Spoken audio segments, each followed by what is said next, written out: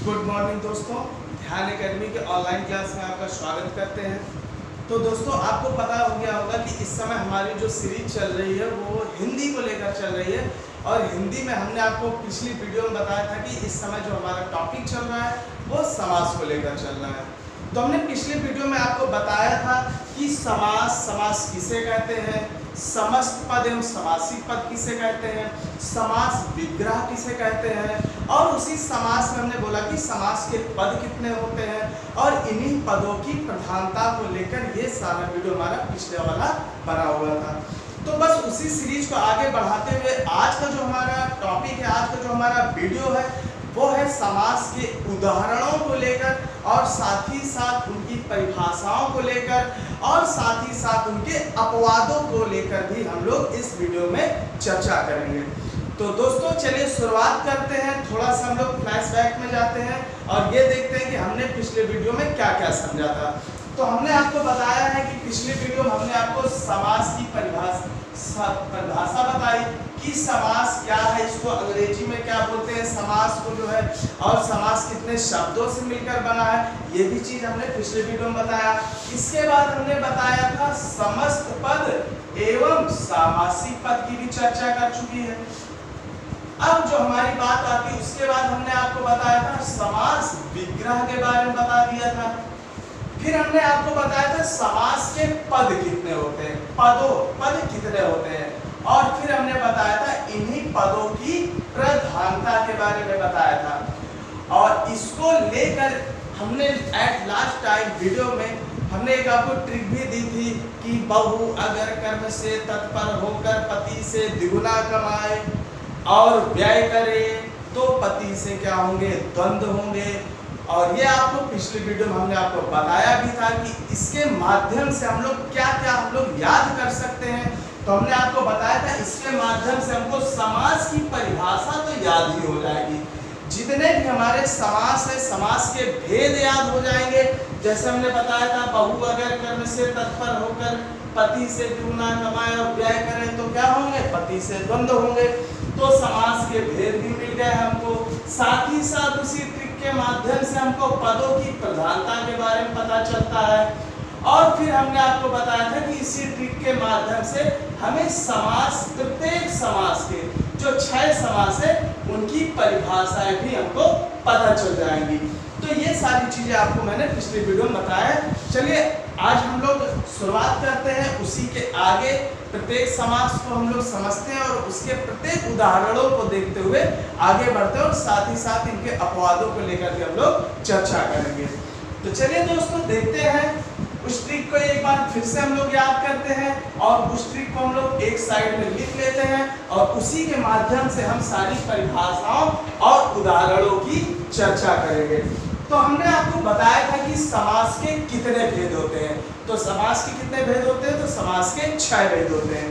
कौन कौन से होते हैं, तो चलिए देख लेते हैं। तो हमने बताया था समास के भेद, तो समास के कितने भेद थे, 6 थे। अब वो ट्रिक आप लोग याद करिए कौन कौन सी है। तो चलिए पहले क्रम से लिख लेते हैं, 1 2 3 4 5 और 6 समास है। कौन कौन से हमने बताया था वो ट्रिक, बहु अगर कर्म से तत्पर होकर अपने पति से द्विगुना कमाए और व्यय करे तो पति से क्या होंगे, द्वंद्व होंगे। तो ये 6 समासों की हमको सीरीज प्राप्त हो चुकी है। बस एक ट्रिक के माध्यम से हमको सारे समास याद हो जाएंगे। तो बहु से हो जाएगा आपका बहुव्रीहि समास। कौन सा हो जाएगा मित्रों, तो बहु से हो जाएगा हमारा बहुव्रीहि समास। कर्म से हो जाएगा हमारा कर्मधारय समास। और तत्पुरुष है हमारा, ये वाला समास है हमारा तत्पुरुष समास। और ये है हमारा द्विगु समास।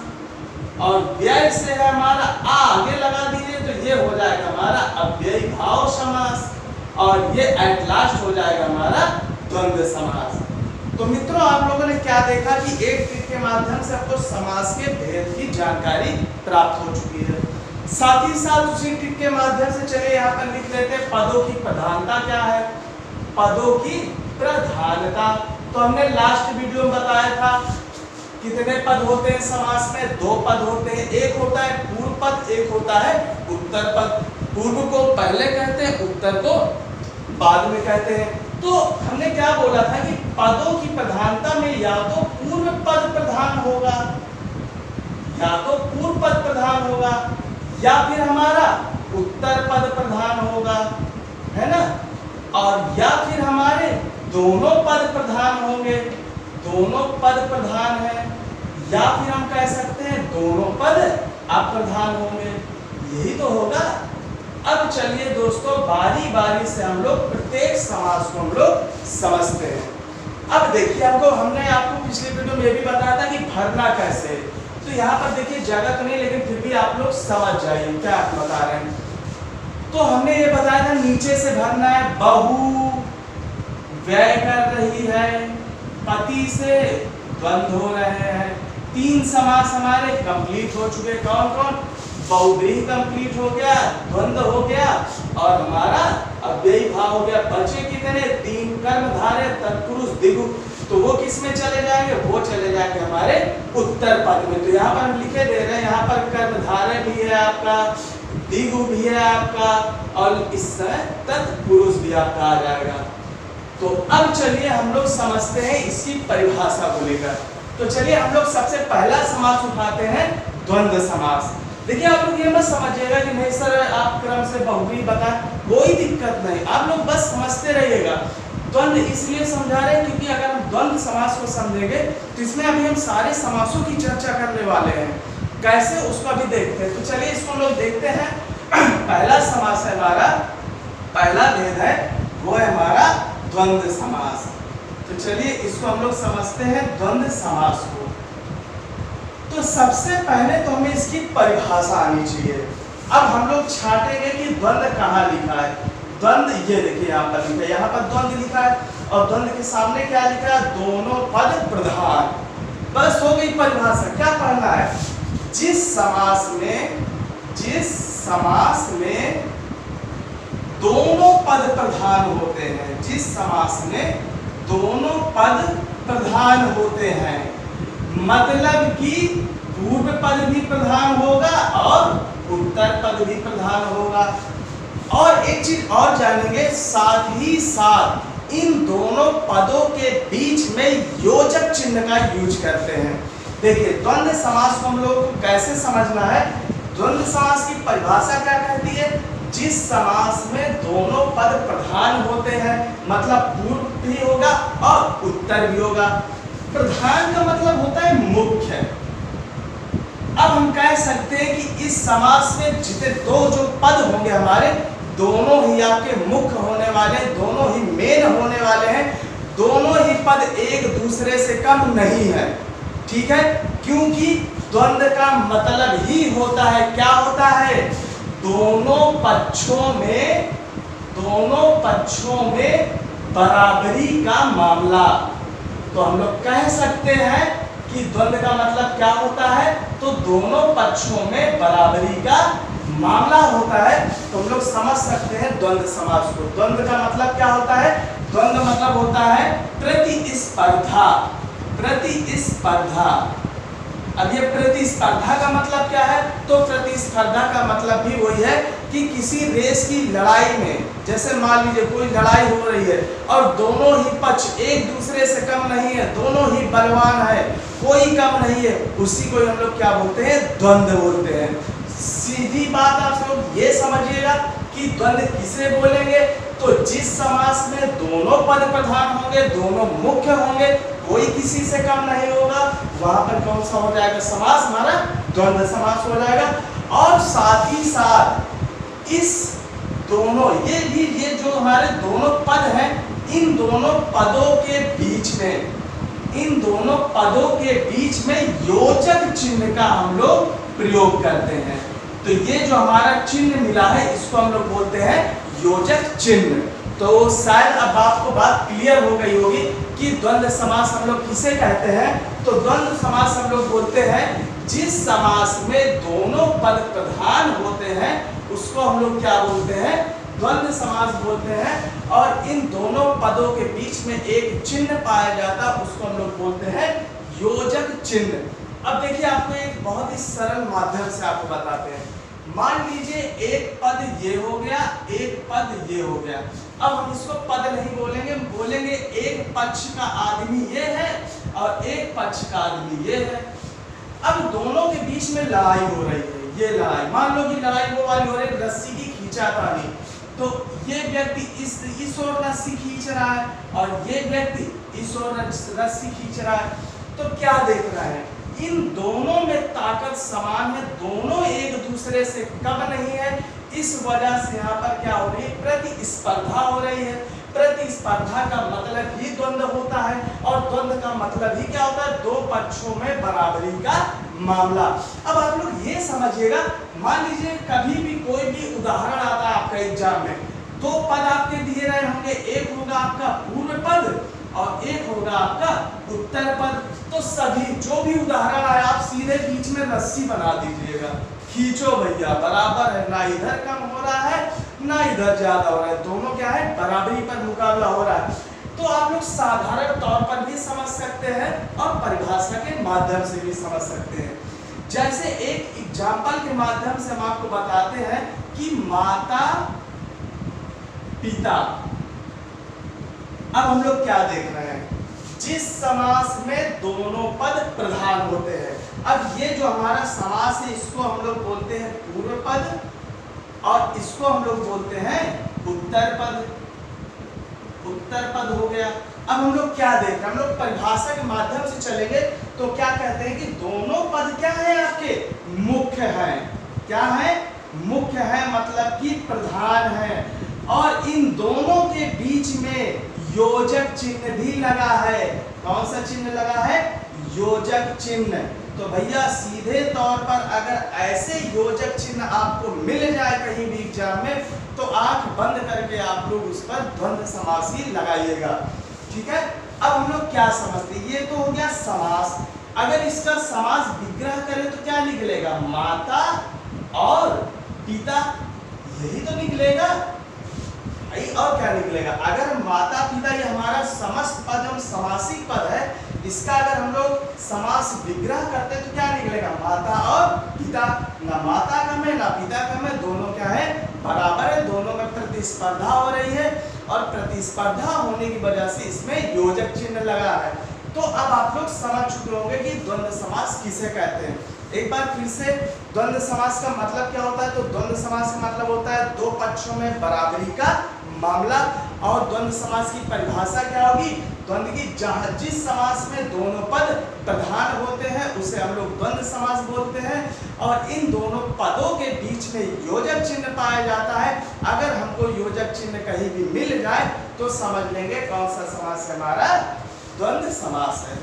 तो दोस्तों ये तो थी हमारी द्वंद्व समास की परिभाषा। चलिए कुछ उदाहरण है आपको दे रहे हैं, आप लोग कॉपी में लिख लीजिए और उसके एक बार देखिएगा कौन कौन से है। तो जैसे अगर मैं बता दूं कि गंगा यमुना, गंगा यमुना, आप लोग लिखते रहिएगा अपने कॉपी में, उदाहरण है, इन उदाहरणों को आप लोग जरूर नोट कर लीजिएगा क्योंकि सारे उदाहरणों को बताने में वीडियो भी लंबा होगा और आपको समझ में तो आ ही गया है। तो जैसे अगर आ जाए गंगा यमुना, गंगा यमुना, तो इसका क्या होगा, गंगा और यमुना, यही तो होगा इसका समास विग्रह। अगर हम कहें सुख दुख, क्या होगा, सुख दुख, तो इसका समास विग्रह क्या होगा, सुख और दुख। अगर हम कहें लाभ हानि, लाभ हानि, तो इसका क्या हो जाएगा, लाभ और हानि। तो इस प्रकार से हम लोग क्या देख रहे हैं, इस प्रकार से हमने ये देखा कि ये जो समस्त पद एवं समासिक पद है इन दोनों के बीच में क्या मिल रहा है, योजक चिन्ह मिल रहा है। तो भैया आपको द्वंद्व समास कभी भी आएगा तो आपको योजक चिन्ह देखने को जरूर मिलेगा। योजक चिन्ह देखने को मिल जाए तो आंख बंद करके आप जो है इसका द्वंद्व जो है लगा दीजिएगा। चलिए कुछ उदाहरण उनको आप लोग नोट कर लीजिए। जैसे भाई बहन, माँ बाप, दाल भात, पाप पुण्य, आचार विचार, खरा खोटा, शुभ लाभ, रात दिन, आज कल।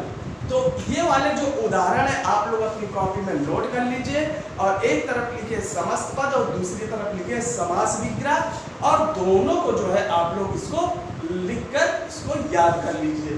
खैर इसको याद करने की जरूरत नहीं, अगर योजक चिन्ह मिल जाए तो हमारा कौन सा समास हो जाएगा, द्वंद्व समास हो जाएगा। तो ये तो थी हमारे द्वंद्व समास को लेकर परिभाषा और इसके उदाहरण। अब थोड़ी सी चर्चा कर लेते हैं इनके अपवादों को लेकर। बहुत अपवाद है इस द्वंद्व में, तभी तो द्वंद्व को मैं पहले उठाकर पढ़ा रहा हूँ। अब देखिए इसमें कैसे सारे समास एक तरफ से आपको मिलते हैं। जैसे अगर एग्जाम्पल में आ जाए, पेपर में अगर पेपर में आ जाए, क्या आ जाए, हमने बोला कि रातों रात, क्या बोला हमने बोला रातों रात। आपको क्या दिख रहा है, ये योजक चिन्ह दिख रहा है ना, और आप लोग सोचेंगे कि ये द्वंद्व समास है, तो ये द्वंद्व समास आपका नहीं है। क्यों, यही तो अपवाद है, समझना। अगर आ जाए हाथों हाथ, हाथों हाथ, तो ये कौन सा समास है, ये द्वंद्व आपका नहीं है। बस क्यों नहीं है, इस अपवाद को हम लोगों को समझना है, आखिर किस वजह से ये हमारा जो है द्वंद्व नहीं है। देखिए हमने क्या बताया, जब दो पक्ष होंगे, एक पक्ष अलग होगा एक अलग होगा, और दोनों ही पक्ष क्या होंगे, बराबर होंगे। लेकिन यहाँ पर हम क्या देख रहे हैं कि ये तो दो पक्ष तो है ही नहीं है, ये तो हमारा क्या है, एक ही पक्ष है कि नहीं। रात रात बात आपकी क्या है, एक ही तो है। अभी हमने क्या बताया द्वंद्व में कि जब दो पक्षों में बराबरी का मामला हो तो वहां हो जाएगा आपका द्वंद्व। लेकिन यहाँ पर क्या है, यहाँ पर पदों की क्या दिख रही है, समानता दिख रही है, या हम कह सकते हैं सिमिलरिटी दिख रही है। अगर पदों में समानता और सिमिलरिटी दिख जाए तो वो आपका द्वंद्व समास नहीं होगा, वो होगा आपका अव्ययी भाव समास। ठीक मित्रों, इसको आप लोग ध्यान दिए रहिएगा, अरे वेरी मोस्ट इंपॉर्टेंट है और इसको आपको समझना है। कुछ उदाहरण है जैसे आपको और बताते हैं, इसमें आप लोग देखिएगा इन उदाहरणों को। जैसे हमने कहा कि आंखों आंख, आंखों आंख में भी क्या मिल जाएगा हमको, सिमिलरिटी मिल रही है, आंखों आंख। तो इसमें आपको क्या दिख रहा है, आंख और आंख, यही तो होगा ना। अगर हम कहें शुभ लाभ तो क्या होगा, शुभ और लाभ क्या है, दो पक्ष हैं, दोनों में बराबर है। लेकिन यहाँ पर आंखों आंख का मतलब आंख आंख एक ही पक्ष है, तो यहाँ पर आपका द्वंद्व बिल्कुल भी नहीं, द्वंद्व दिखाई नहीं दे रहा है। द्वंद्व का मतलब ही होता है कि दो पक्ष में बराबरी का मामला, लेकिन यहाँ तो एक पक्ष है। इस वजह से ये सारे समास हमारे क्या होंगे, अव्ययी भाव समास होंगे। तो ये और ये वाला भी हमारा क्या होगा, ये भी होगा हमारा अव्ययी भाव समास। क्लियर हुआ मित्रों, ये आपके अपवाद हैं किसको लेकर, द्वंद्व समास को लेकर। एक चीज और, अगर कभी कभी बहुत क्वेश्चन इस तरह का पूछ लेता है कि पापा पाप, या कह देता है लाभा लाभ, या कह देगा आपका कि, चलिए इसी को इन दोनों में समझ लेते हैं, फिर अभी उदाहरण आपको बताता हूं, उनको नोट कर लीजिएगा। अगर आ जाए पापा पाप, अब आपको लग रहा होगा सर ये तो हो गया अव्ययी भाव समास, क्योंकि सर ये तो क्या है, दोनों सिमिलर है, लाभालाभ भी आपका सिमिलर है, धर्माधर्म एक है उदाहरण, ये भी क्या है आपका सिमिलर है, लेकिन ये आपका द्वंद्व है। अब पूछेंगे क्यों सर ये अब कैसे हो गया द्वंद्व, यहाँ अभी आप बता रहे हैं कि रातों रात सिमिलर है, समानता है, तो इसको हमको अव्ययी भाव में रखना है। यहाँ पर खुद जो है पापा पाप लिख रहा है, लाभालाभ दोनों में सिमिलर है। हाँ मित्र, यही तो समझना है क्या है इसका रीजन।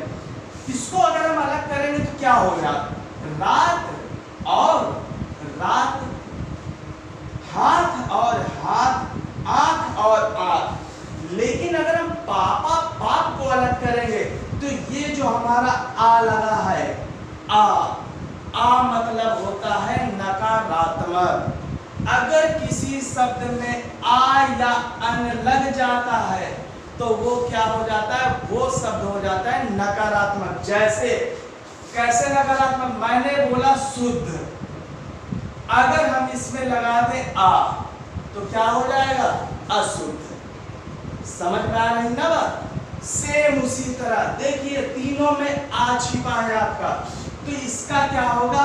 पाप और अपाप।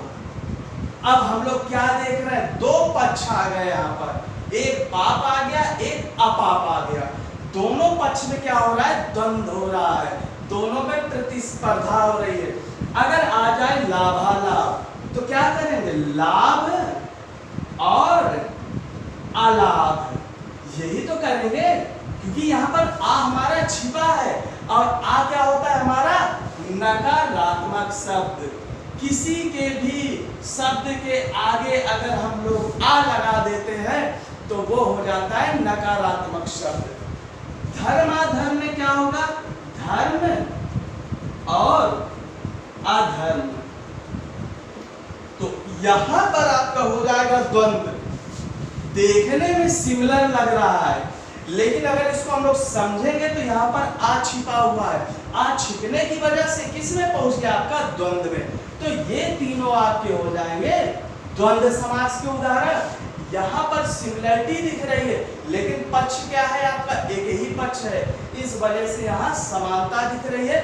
यहाँ पर समानता कतई नहीं दिख रही है। इस वजह से ऐसे अगर क्वेश्चन आ जाए एग्जाम में योजक चिन्ह लगकर और इस तरह आ जाए सिमिलरिटी शब्द में, तो वो आपका कौन सा हो जाएगा? अव्ययी भाव। और इस तरह का आ जाए तो आपका कौन सा हो जाएगा? ये हो जाएगा आपका द्वंद्व समास। ठीक है, आगे बढ़ते हैं, थोड़े से और अपवादों की चर्चा कर लेते हैं। जैसे हमने ये बोला कि शाक सब्जी, देखिए इसको भी आप लोग समझिएगा। हमने क्या बोला? शाक सब्जी। अब आप लोग बोल रहे हैं सर योजक चिन्ह लगा, बड़ा कंफ्यूजन होने वाला है। कुछ कंफ्यूजन नहीं होने वाला है। दो पक्ष हो, द्वंद्व, सिमिलर हो, अव्ययी, फिर आपका अगर दो पक्ष हो द्वंद्व। यहाँ पर क्या देख रहे हैं? साग सब्जी। भैया सब्जी को संस्कृत में क्या बोलते हैं? साग ही तो बोलते हैं। और ये शब्द हो जाएगा आपका तत्सम और ये शब्द हो जाएगा आपका तद्भव। तो इस प्रकार हमने क्या देखा? अगर द्वंद्व समास में कभी भी ऐसा एग्जाम्पल आ जाए पेपर में, ऐसा क्वेश्चन आ जाए पेपर में, तो आप लोग बड़े ही गहराई से इसको देखिएगा कि ये क्या कह रहा है। सिमिलर है, दो पक्ष है, कि आपका तत्सम तद्भव है। अगर तत्सम तद्भव मिलता है तो ये भी आपका किसमें चला जाएगा? अव्ययी भाव समास में। दोस्तों बात समझ में आ रही है कि नहीं जो मैं कह रहा हूं? हम लोगों ने क्या देखा? अगर समानता मिले, समानता मिल रही हो, तत्सम तद्भव मिल रहे हो, तत्सम तद्भव मिल रहे हो, तो वो सारे किसमें चले जाएंगे? आपके अव्ययी भाव में। अगर आपके दो पक्ष मिल रहे हो तो वो आपका किसमें चला जाएगा? द्वंद्व समास में। तो ये बात उम्मीद करते हैं कि आपको समझ में आ गई होगी। और कॉपी किताब में बहुत सारे उदाहरण, उन उदाहरणों को आप लोग देखकर पढ़िएगा और उनको समझिएगा। चलिए कुछ उदाहरण और उनको आप लोग नोट कर लीजिएगा। जैसे भाई बहन, माँ बाप, आचार विचार, इनको आप लोग नोट कर लीजिएगा। और बहुत सारे उदाहरण आपको कॉपी किताबों में भी देखने को मिल जाएंगे और इसी के माध्यम से आप लोग जो है इनको पढ़ते रहिएगा। देखिए जितने उदाहरण आप लोग करेंगे उतना ही आपको समाज सरल लगेगा। चलिए आगे बढ़ते हैं, थोड़ी सी और चर्चा कर लेते हैं द्वंद्व समास के अपवादों की। तो अभी तक हमने क्या देखा? द्वंद्व समास के कितने अपवाद मिले?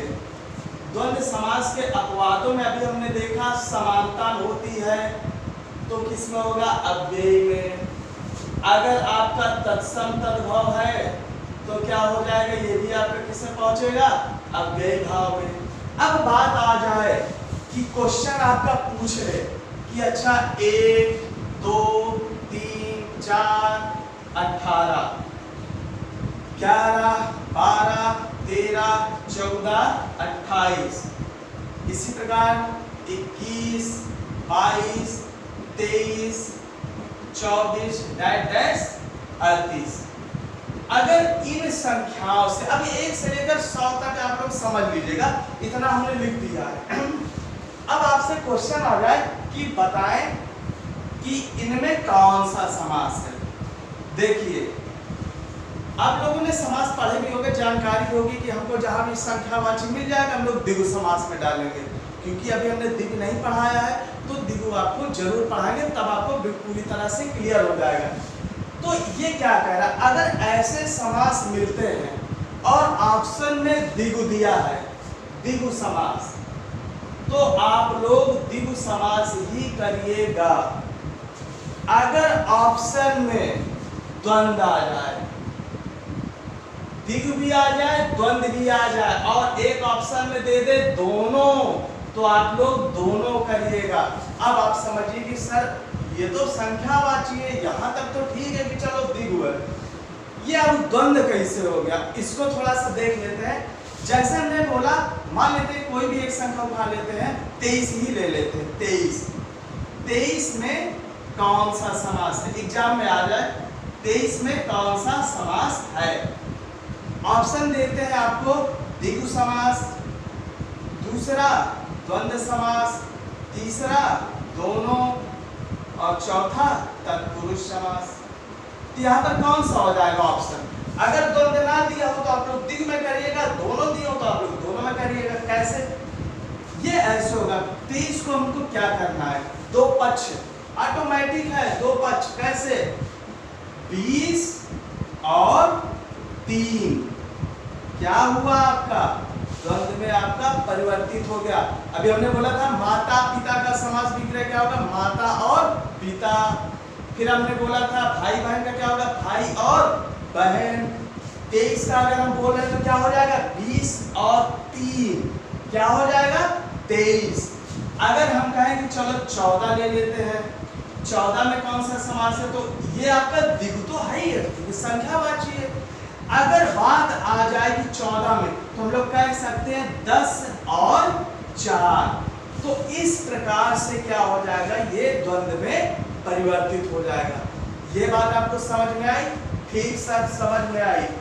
अब अगर बात आ जाए कि अगर द्विगु भी ना दिया हो, द्वंद्व भी ना दिया हो, और यहाँ पर आ जाए बहुव्रीहि समास, तो अब क्या होगा? तो भैया ये बहुव्रीहि भी है आपका। अगर आपका ऑप्शन में द्विगु भी ना दिया हो, द्वंद्व भी ना दिया हो, तो ये क्या हो जाएगा हमारा, ये हो जाएगा बहुव्रीहि। अब कैसे बहुव्रीहि होगा इसको समझ लेते हैं। हमने क्या बोला, मान लो अगर हम कोई संख्या उठाते हैं 34, ठीक। अब हम बोले कि चलिए ये ना द्विगु लिखा है ना यहाँ द्वंद्व लिखा है, यहाँ पर मान लीजिए कि समास की जगह यहाँ कर्मधारय दे दिया, यहाँ आपका दे दिया बहुव्रीहि समास, बहुव्रीहि समास, ठीक है, तत्पुरुष समास, चलिए मान लेते 3। तो ये आपके ऑप्शन में दिया है बहुव्रीहि समास, तो हमको कर्मधारय है नहीं, तत्पुरुष है नहीं, बहुव्रीहि है, क्यों है इसको देख लेते हैं। कि हमने बोला 34, क्या होगा, 30 और 4, 30 और 4 जो है अर्थात 34, ठीक। देखिए जब भी हम लोग बहुव्रीहि समास को पढ़ते हैं तो उसमें अर्थात जरूर निकालते हैं। अगर अर्थात शब्द निकलता है तो वो कहाँ पहुंचेगा, बहुव्रीहि में। तो अगर ये 34 नंबर आ जाए एग्जाम में, तो ये आपका द्विगु कैसे है ये हमने बता दिया, द्वंद्व क्यों हुआ ये भी हमने बता दिया, और ये बहुव्रीहि क्यों हुआ इसका भी रीजन हमको पता चल गया। इसी तरह आ जाए 28, तो 28 तो पहले द्विगु है ही है, द्वंद्व में कैसे चेंज करेंगे, 20 और 8 द्वंद्व बन गया। बहुव्रीहि में कैसे बदलेंगे, 20 और 8 जो है अर्थात 28। जैसे हमने बोला लंबोदर, लंबा है उदर अर्थात विष्णु भगवान, वो गणेश भगवान जी। तो इस प्रकार हम लोग कह सकते हैं बहुव्रीहि समास, ये सारे जो भी आपके समास मिल रहे हैं, बहुव्रीहि, द्वंद्व, द्विगु, इनको तो अभी नहीं बताया है, लेकिन आगे चलते हुए हम आपको इनको बारी बारी से समझाएंगे, तो उस समय आपका पूरी तरह से क्लियर हो जाएगा। अभी तो केवल और केवल द्वंद्व लेकर चल रहा हूँ, द्वंद्व के अपवादों की चर्चा कर रहे हैं। तो आपको ये बात समझ में आ गई होगी कहाँ पर ये द्विगु बन रहा है, कहाँ द्वंद्व बन रहा है, कहाँ पर बहुव्रीहि बन रहा है। अभी आप लोगों ने एक चीज और गौर की होगी कि सर 18 तक लिखे हैं, आप 19 क्यों नहीं लिखे हैं? 18 है, इसके आगे 19 भी हो गया, इसके आगे 29 भी हो गया, इसके आगे 39 भी हो गया। अगर भाई ऐसी संख्या आ जाए, उन शब्द लग के आ जाए, 19, 29, 39, इन तीनों शब्दों में क्या निकल कर शब्द आ रहा है? उन। अब उन होता है एक अवयव। क्या होता है? अवयव। और उनका मतलब होता है एक कम। मतलब कि 19 का मतलब 20 से एक कम, 29 कम 30 है, 29 को हम लोग क्या बोलेंगे? 30 में एक कम, 40 में एक कम। तो उन शब्द लगता है तो उन होता है एक अव्यय। अब जहां अव्यय आपको शुरुआत में मिल जाता है तो वो कौन सा समास हो जाता है? अव्ययी भाव समास। दोस्तों देखिए ये अपवाद है, सिंपल क्वेश्चन ही एग्जाम में आपका देगा, ऐसे ही क्वेश्चनों में तो फंसाते हैं और यही क्वेश्चन तो विवाद का कारण बनते हैं हमारे एग्जाम में। और यही जो हमारे क्वेश्चन आ जाते हैं एग्जाम में, कोई द्वंद्व लगा रहा है कि नहीं हमने द्वंद्व पढ़ा था, कोई द्विगु लगा रहा है, कोई बहुव्रीहि लगा रहा है। आयोग ऐसे क्वेश्चनों को एक दो रख देता है, पढ़े रहो। और ये क्यों रखता है, इस पर आप लोग भी विचार करिएगा कि ऐसे क्वेश्चन आयोग क्यों रखता है, वरना अपवाद बनाने की क्या जरूरत है? सिंपल क्वेश्चन दे, सिंपल आपको आ जाएगा तुरंत। लेकिन नहीं, वो ऐसा नहीं करता, थोड़ा सा एग्जाम को टफ करने के लिए, और कह सकते हैं कि थोड़ी सी भर्ती को डैश डैश डैश। आप लोग समझिएगा मैं कहना क्या चाह रहा हूँ। देख ही रहे सुपर टेट की वैकेंसी में आज भी क्वेश्चनों का निस्तारण नहीं किया गया है, किसी क्वेश्चनों में 3 आंसर, किसी में 2। तो इसी प्रकार से इन सारे अपवादों को भी हमको बारी बारी से पढ़ना पड़ेगा। तो मैंने जितने भी आपको अपवाद बताए हैं इनको आप लोग जरूर नोट कर लीजिएगा, ये वेरी मोस्ट इम्पॉर्टेंट है, इनको अपने दिमाग में रखिएगा। बाकी एग्जाम में कैसे फॉलो करते हैं और कैसे होते हैं इनको आप लोग समझते रहिएगा। तो ये तो हो गई हमारे द्वंद्व समास को लेकर सारी बातें। तो अभी हमने द्वंद्व समास में द्वंद्व समास की हमने परिभाषा बताई, द्वंद्व समास के उदाहरण बताए और द्वंद्व समास को लेकर बहुत सारे जो है